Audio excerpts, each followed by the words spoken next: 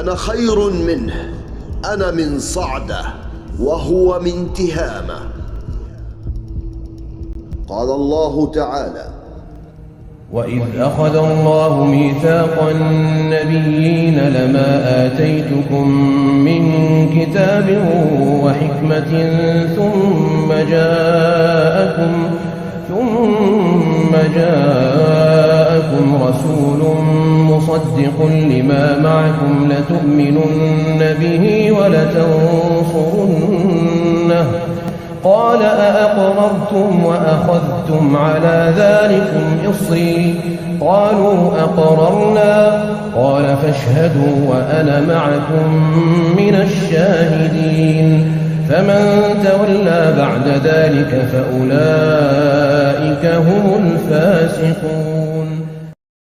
قال الإمام علي بن أبي طالب عليه السلام: لم يبعث الله عز وجل نبيا آدم فمن بعده إلا أخذ عليه العهد في محمد، لئن بعث وهو حي ليؤمنن به ولينصرنه، ويأمره فيأخذ العهد على قومه. فقال: وإذ أخذ الله ميثاق النبيين لما آتيتكم من كتاب وحكمة. الآية تفسير الطبري.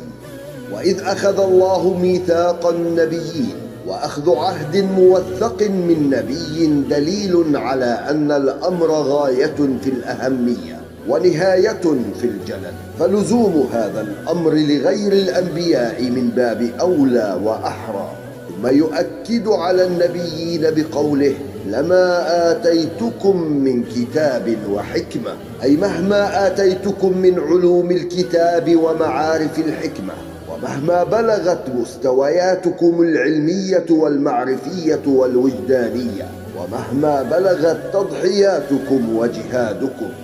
ثم جاءكم رسول مصدق لما معكم، ثم جاءكم خاتم النبيين وخاتمة المرسلين محمد صلى الله عليه وآله وسلم، مصدق لما معكم وموافق لما بين أيديكم، فقد لزمكم الإيمان به ونصرته، لتؤمنن به ولتنصرنه.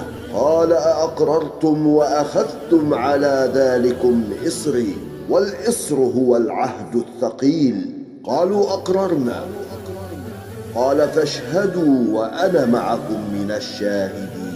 فمن تولى بعد ذلك فأولئك هم الفاسقون. وقال تعالى في سورة الأعراف في سياق الحديث عن سيدنا موسى عليه السلام: ورحمتي وسعت كل شيء فسأكتبها للذين يتقون ويؤتون الزكاة والذين هم بآياتنا يؤمنون.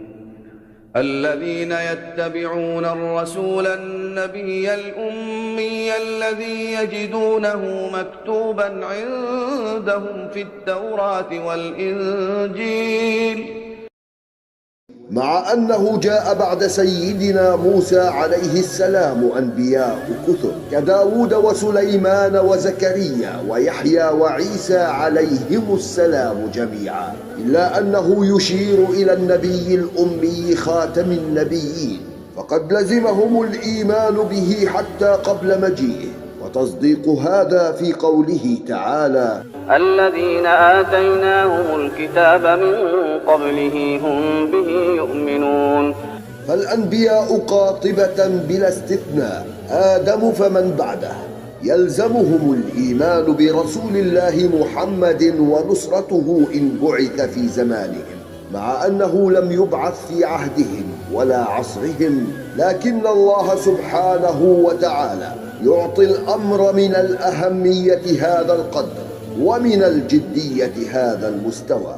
قال سيدنا النبي صلى الله عليه وآله وسلم: والذي نفسي بيده لو أن موسى كان حيا ما وسعه إلا أن يتبعني. أخرجه أحمد. نعم، هكذا يقسم: والذي نفسي بيده لو أن موسى كان حيا ما وسعه إلا أن يتبعني.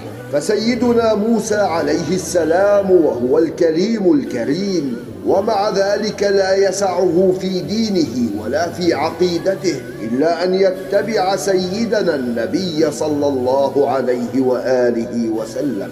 إذا تقرر هذا في خاتم الأنبياء محمد بن عبد الله النبي أبي عبد الله وأبي القاسم، فالأمر ينسحب على خاتم الأولياء محمد بن عبد الله المهدي أبي عبد الله وأبي القاسم.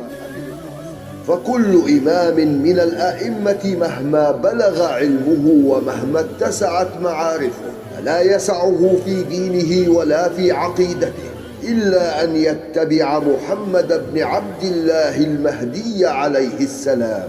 قال الإمام الحسين بن علي عليهما السلام: لو أدركت المهدي لخدمته أيام حياتي.